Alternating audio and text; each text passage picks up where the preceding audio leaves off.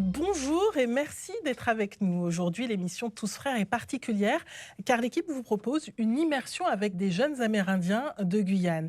Ils sont les descendants des plus anciens habitants du territoire, mais ces jeunes sont tiraillés entre deux mondes, celui des traditions au cœur de la forêt amazonienne et celui de la modernité près du littoral. Ils sont donc confrontés à plusieurs défis, mais ils peuvent compter sur des hommes et des femmes pour les accompagner. Amérindiens de Guyane entre deux rives, un documentaire écrit et réalisé par Frédéric Jacoffleff.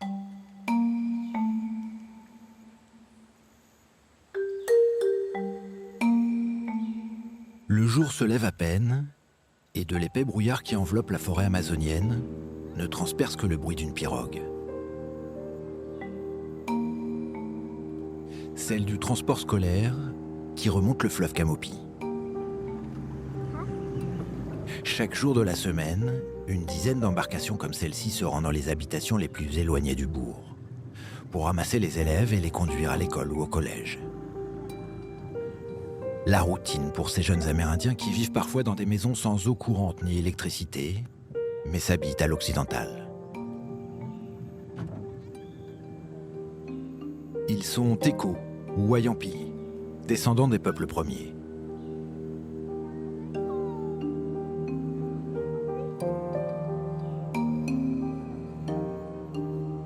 Depuis des siècles, le fleuve reste le cœur du village. Il est la vie.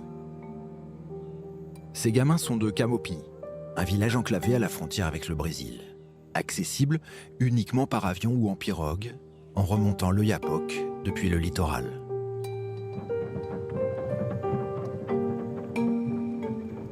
Des gamins coupés du monde qui, sitôt le pied posé sur le sol du bourg, vont devenir de petits citoyens, formés à l'école de la République. Mardi matin, le roi, la reine et le petit prince sont Une école venus républicaine chez moi où on commence par pour apprendre le me français. serrer la Car dans la plupart des villages amérindiens de la région, on ne parle que Téko ou Le Wayampi. petit prince a dit, Pour la et quasi-totalité ce des élèves, le français est une langue étrangère. mercredi. Là, je me bats à chaque fois pour leur faire comprendre que le français est très important. Et là, je travaille sur les imagiers avec eux, sur le langage. Et là, le français, le seul mot qui sort, c'est juste un mot. Mais sinon, les phrases complexes, c'est moi qui leur fais dire. Qu'est-ce qu'il fait, le monsieur? La maison. Voilà. Il fabrique des maisons. Mais est-ce que ce sont des maisons en bois ou en ciment? Regardez, Ciment. des ciments. Toujours, Pas question, au nom de la République une et indivisible, d'enseigner en Wayampi ou en Téko. Une francisation un peu radicale, qui débute en maternelle et rend compliquée la transmission de la culture traditionnelle.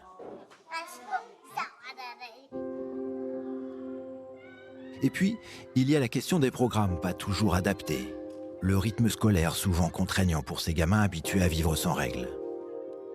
S'adapter à la culture occidentale, sans renier son identité, c'est toute la complexité avec laquelle ils vont devoir grandir.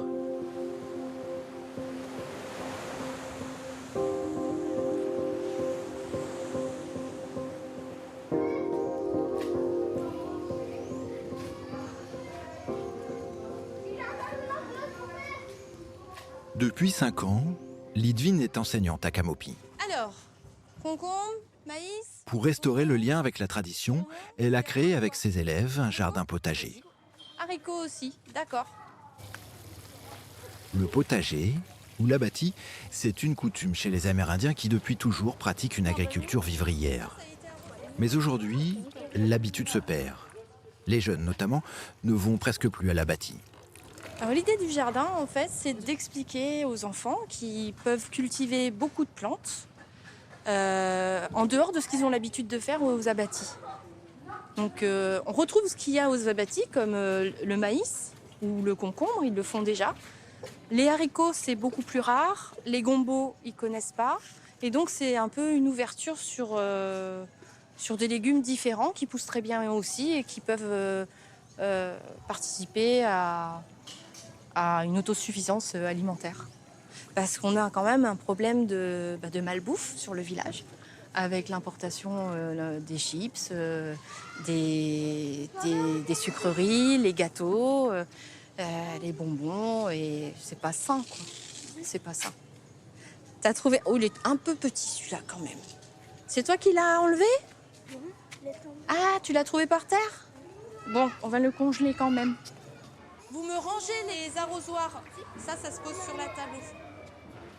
Partagés entre la culture traditionnelle dans laquelle ils sont nés et le monde moderne dans lequel ils grandissent, Voilà. les Amérindiens sont perdus. Je me mets à leur place et je me dis que ça doit être difficile de s'inclure dans une vie à la métropolitaine, parce que finalement, là, ce qu'on leur propose, c'est une vie à la métropolitaine, et ça bouscule toute leur façon de concevoir le monde, en fait, quelque part.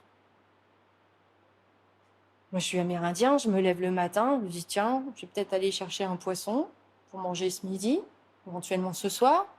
Et puis, j'ai ramené 2-3 maniocs de mon abatis, je vais faire ça comme repas, quoi. Et puis, je pense pas une seconde à demain, pourquoi faire? Je verrai bien demain. S'il faut, j'irai à la chasse. Et puis, j'irai cueillir 2-3 trucs.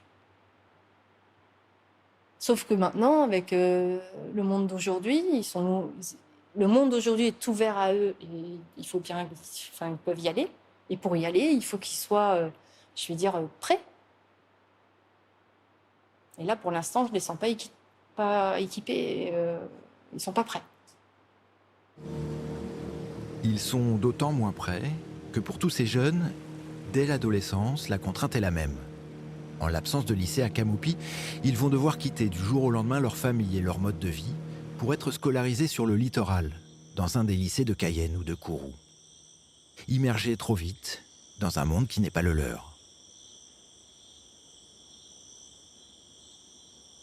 C'est le cas de Brahim. Avec son cousin, il profite des derniers jours de vacances. Bientôt, l'adolescent quittera sa forêt pour retourner au lycée à Kourou, sur le littoral guyanais.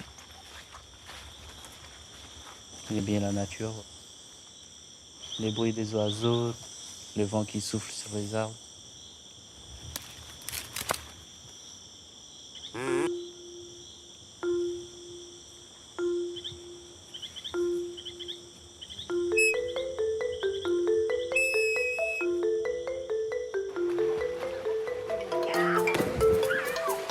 Durant des milliers d'années, les Amérindiens ont vécu en harmonie avec la nature.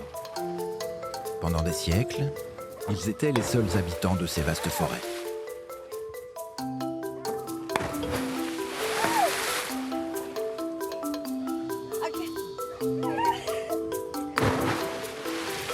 Mais même en pleine forêt, Brahim et ses copains doivent s'adapter à un monde en pleine mutation. Il leur est par exemple déconseillé de se baigner dans l'eau du fleuve. Elle est polluée au mercure. Un métal toxique utilisé par les orpailleurs clandestins pour extraire l'or de la forêt. Quelques signes ne trompent pas. Une eau laiteuse, couverte de glaise et de mercure. Preuve qu'un peu plus haut, les orpailleurs essorent le fleuve. Arnaud travaille pour le parc amazonien. Il est notamment chargé de la surveillance de la pollution des eaux du fleuve. En Guyane, la contamination au mercure est une des plus élevées du monde.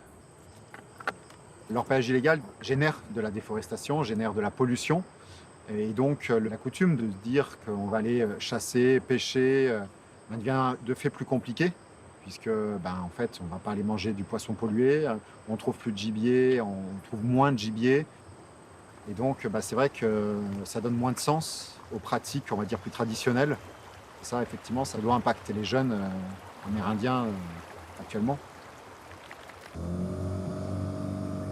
À cause de leur paillage, les Amérindiens ne vont quasiment plus pêcher. Ils achètent du poisson d'importation ou des conserves. Cette rupture avec la nature a pour conséquence la fin de la transmission des savoir-faire traditionnels qui structuraient la vie des peuples autochtones. Faire perdurer la tradition, c'est toute la question que doit affronter le père Jean-Paul. Le prêtre a aussi un pied ici, un pied là-bas. puisqu'il partage son temps entre sa paroisse à Cayenne et sa mission à Camopi, 5 jours par mois. Ce matin-là, c'est sur la rive opposée du fleuve, côté brésilien, qu'il va célébrer sa messe en portugais. Mas é preciso que o fruto se parta e se reparta na mesa do amor. Il faut le reconnaître, les Amérindiens sont peu pratiquants. La plupart sont animistes. Ils ont pu voir dans l'Église catholique une institution qui a longtemps cherché à les convertir, leur faire oublier les traditions jugées païennes. Aujourd'hui, l'approche est différente. Il s'agit d'offrir une présence discrète, particulièrement auprès des jeunes qui n'ont plus aucune référence à la spiritualité. Le prêtre les encourage à renouer avec leur culture. Le pourquoi moi je suis ici, c'est premièrement être avec eux et sentir un peu aussi les douleurs ou bien les peines qu'ils sentent et voir, bon, dans ma manière aussi, est-ce que je peux collaborer pour que cette douleur-là s'atténue un peu. C'est clair et net que, bon, je ne suis pas là pour convertir, mais je suis là pour compatir, c'est la compassion, pour compatir avec les gens qui sont ici. Corps et sang de Christ. L'Église catholique a beaucoup évolué. Donc, il ne faut pas qu'on fasse les mêmes erreurs que nos prédécesseurs ont fait.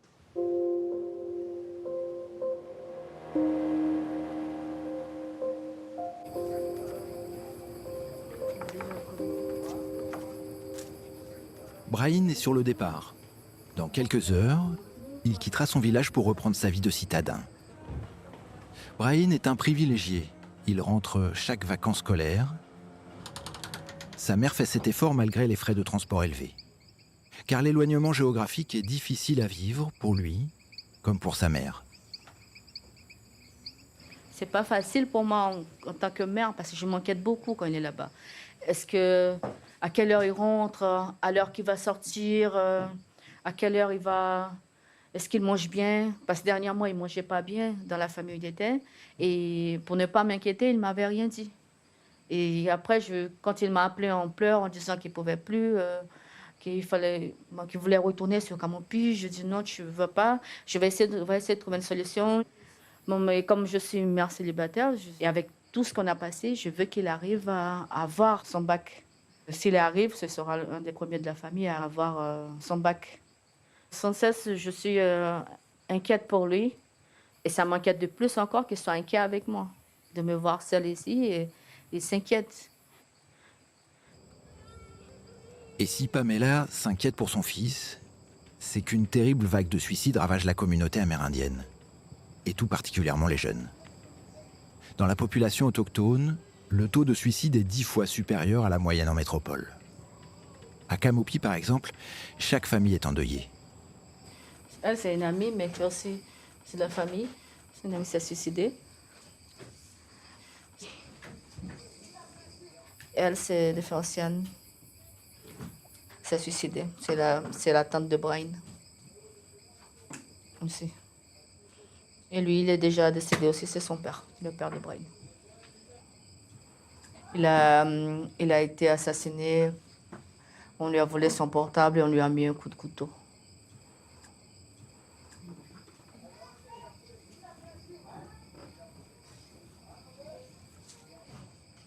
Mais de croire en Dieu, de chercher un appui, c'est ce qu'on a de mieux à faire. Sinon, on se perd. Parce que on avait l'habitude et j'avais perdu un pilier. Je pensais aussi à un moment que j'allais perdre mon fils, quoi. Je sais que je ne suis pas pratiquante, mais je pense que si on a une foi à laquelle on doit s'appuyer, je pense que c'est le mieux. Tu pourras te battre, parce que je sais qu'on a passé beaucoup. Il a failli perdre son père pour la drogue, pour l'alcool, le combat et tout ça. C'est pas facile quand c'est ces combats-là.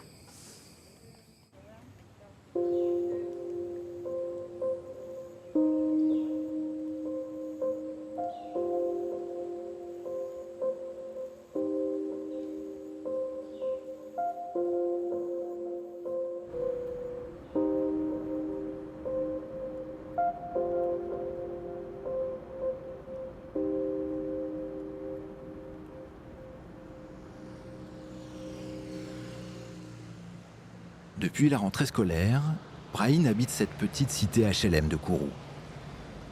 Désormais, son quotidien est fait de béton et de routes.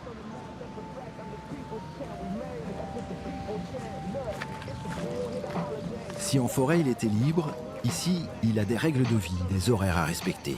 Un choc culturel pour l'adolescent de 15 ans. Pourtant, après quelques semaines compliquées, Brahim s'est bien adapté à sa nouvelle vie. Ma rentrée des classes, je me suis senti bizarrement parce que je connaissais personne. J'étais isolé. Au lycée, c'est les copains qui se sont approchés de moi. Comme ils étaient curieux pour savoir comment c'était Camopi, trucs comme ça, comme je suis un Amérindien. Ils sont venus vers moi et j'ai commencé à parler. Voilà. J'ai été heureux. Dans le lycée, il y a beaucoup de monde. J'étais un peu stressé, comme j'étais arrivé en retard à la rentrée. Je ne savais pas dans quelle classe j'étais et comme j'arrive pas trop à parler aux adultes, je me suis débrouillé. J'ai vu les panneaux qui écrivent salle sur les portes, des bâtiments numéro 1. J'ai trouvé les salles tout seul. Bonjour. Donc là, comme d'habitude, sur vos stabilo, vous surlignez la définition. J'ai des copains qui sont retournés au village parce que pour eux, ici, c'est juste que c'est comme la prison. Tu peux pas sortir tranquillement, faire ce que tu veux. Dans le premier exercice, on vous demande si la fonction qui a l'expression suivante, 5x au carré. Je les comprends pas trop. Pourquoi ils ont arrêté le lycée, trucs comme ça, mais c'est leur choix, c'est pas mon choix. Projetés trop jeunes dans un univers inconnu, beaucoup d'adolescents baissent les bras. À 15 ou 16 ans, ils reviennent au village désœuvrés, sans aucun diplôme. D'autant qu'aux problèmes de scolarité s'ajoutent les difficultés d'hébergement. En internat pour la plupart, ou comme Brahim, en famille d'accueil.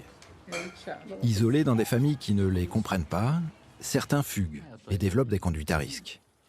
Il aurait suffi de pas grand-chose pour que Brahim prenne lui aussi le chemin du retour. C'est Vanessa, une salariée du Secours catholique, qui l'a sauvé. Elle lui a trouvé en urgence une deuxième famille d'accueil, après une première expérience difficile. Tu peux décrire une situation que tu as vécue là, dans l'autre maison, qui t'a choqué? J'ai pas envie d'en parler. C'est difficile d'en parler? Oui. Ben, il faut, hein. Au moins, je suis là maintenant dans une autre famille d'accueil. Je me sens bien. Voilà. T'es parti combien de jours après ça? Après ça, je suis resté seulement une journée. Le lendemain, je suis parti. Je me suis dit que j'allais rentrer au village, que j'allais arrêter les études, mais j'ai dit non.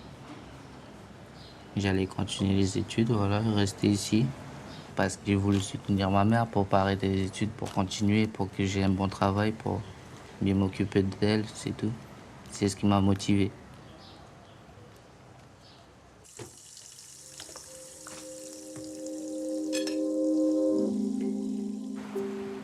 Pour le moment, Brahim s'accroche. Il a rencontré de nouveaux copains à tel point qu'à chaque vacances, il est moins pressé de rentrer au village. Mais il sait qu'un jour, il devra choisir s'installer sur le littoral ou retourner vivre en forêt. À Camopi, Mati a fait le choix de s'engager. Après des études universitaires, il a décidé de revenir vivre auprès des siens. Aujourd'hui, il est enseignant, ce qui ne l'empêche pas de remettre en question un système qu'il juge inadapté. Depuis l'élémentaire, j'ai appris les rois de France, j'ai appris la Marseillaise, l'histoire des Gaulois, je sais où est Norvège, Lettonie, Lituanie, tout ça, etc. Je connais par cœur. J'ai l'impression que quand un enfant va à l'école, il n'a plus envie d'avoir les habitudes des parents, en fait. Il a plus envie d'aller vers l'évolution, tout ce qui est modernité. Et finalement, on va dire que la modernité a donné à Camopi cette façon de consommer, d'acheter plutôt les produits. Donc voilà. Mais ce qui révolte véritablement Mati, ce sont ces petits villages champignons qui poussent sur la rive brésilienne. C'est dans des villages comme celui-ci que s'achète et se vend l'or extrait illégalement de la forêt guyanaise. Chaque année, 10 tonnes d'or sont produites en toute clandestinité. Un trafic lucratif autour duquel se développe une économie parallèle. Ouais, c'est là que tous les gens vont faire des courses, la nourriture, aussi de la drogue et aussi tout ce qui est l'alcool, tout ça en fait. Donc un peu de tout, voilà. Un peu de tout. C'est l'Eldorado de Camopi. Et le paradoxe de cette situation, c'est que l'alcool et la drogue sont achetés grâce aux prestations sociales, la CAF et le RSA. Ici, les gens, quand ils reçoivent la CAF, c'est comme s'ils ont gagné jackpot, c'est bon, on rebelote, on fasse, picoler, et voilà en fait. Dans nombre de villages amérindiens, près de 80% de la population vit des minima sociaux.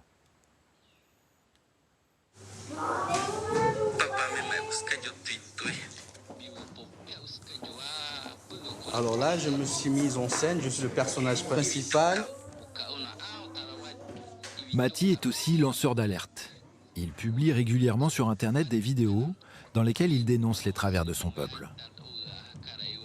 C'est moi qui reçois les prestations sociales et que je suis content. Et que je reçois, je me sens pressé d'aller boire un petit verre en fait. Donc, je sens qu'après ce coup de gueule, je serai l'homme le plus détesté de Camopi en fait. Si évoquer l'alcool reste tabou, il est pourtant responsable de la plupart des passages à l'acte suicidaire. Avec ses vidéos, mais aussi auprès de ses élèves, Mati cherche à prouver qu'un autre modèle est possible.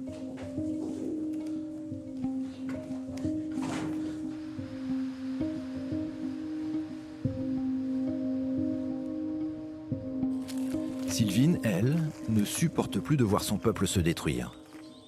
Elle a choisi de s'installer à l'écart du village, dans son abatis. Elle y produit ses légumes, des fruits en abondance, pour vivre en autosuffisance avec sa famille.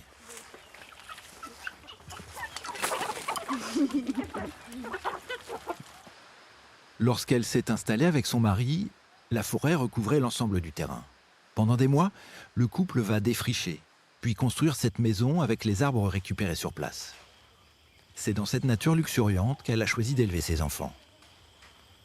Je suis inquiète pour mes enfants parce que je sais que Camopi a beaucoup changé, qu'il y a beaucoup de drogue, qu'il y a beaucoup d'alcool.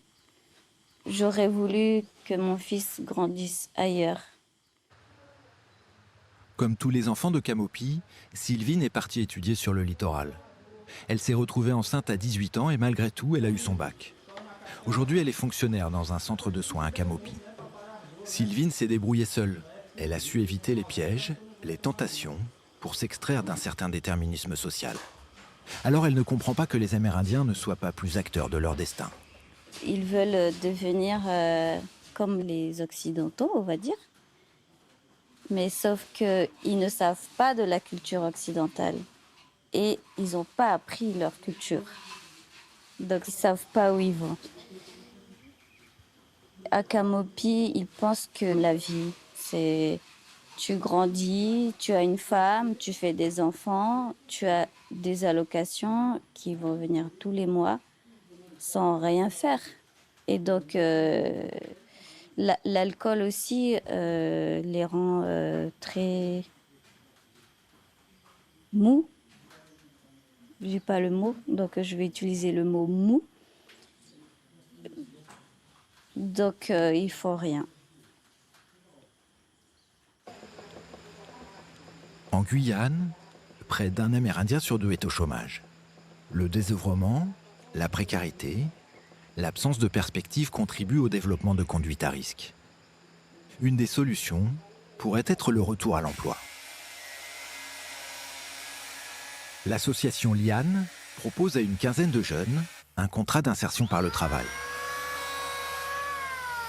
L'objectif, leur offrir une formation et les accompagner dans la réalisation de projets, notamment en agriculture.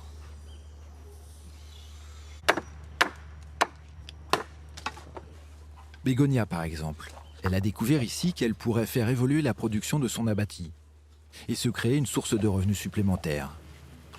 Ici, j'apprends beaucoup de choses. Avant, je ne connais pas tout ça chez moi. Pour planter, c'est des tomates, aubergines, il y a des concombres et des persils, salades, tout ça. Ça fait 2 ans que je travaille dans ce chantier.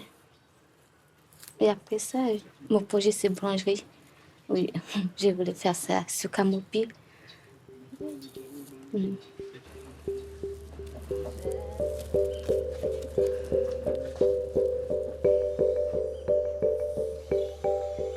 La formation peut déboucher sur un emploi. À l'exemple de Fernando, un ancien salarié en insertion, aujourd'hui embauché en CDI en tant qu'encadrant technique. Depuis quelques mois, il travaille sur la construction d'un carbet, l'habitat traditionnel de la forêt. Faire ce qu'on a fait là au village, j'aimerais bien faire un truc comme ça. Ça prend vraiment forme, quoi. Je regarde souvent, je m'éloigne souvent, je prends du recul, je regarde de loin, voir comment c'est, s'il n'y a rien qui est raté, si c'est pas en biais. Voilà. Je veux que ça soit carré, vraiment. Le premier travail, je veux que ça soit carré. Première maison. Franchement, Camopi, c'est chez moi, c'est la liberté, c'est mon village, quoi, tu vois. J'aime être entouré de la nature. J'aime aussi la ville, c'est sûr. Mais j'aime les deux, on va dire. Mais ils sont incomparables.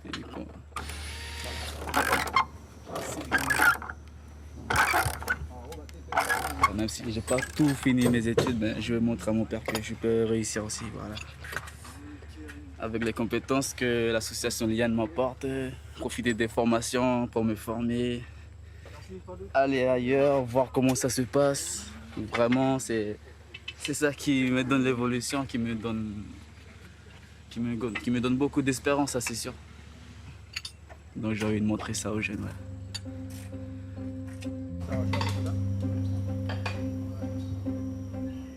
Fernando incarne l'espoir d'une nouvelle génération qui, peu à peu, trouve son équilibre entre son histoire et le monde moderne. Avec lui, certains jeunes de Camopi relèvent la tête, imaginent leur avenir au village. C'est qu'aujourd'hui, s'ils ne veulent pas disparaître, les Amérindiens vont devoir se réinventer, s'adapter, pour passer d'un monde à l'autre, sans renier leur identité.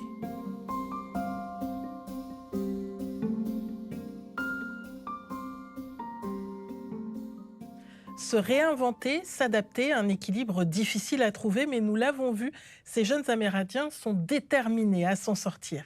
C'est sur cette note d'espoir que nous vous laissons en vous souhaitant une très belle semaine. À bientôt.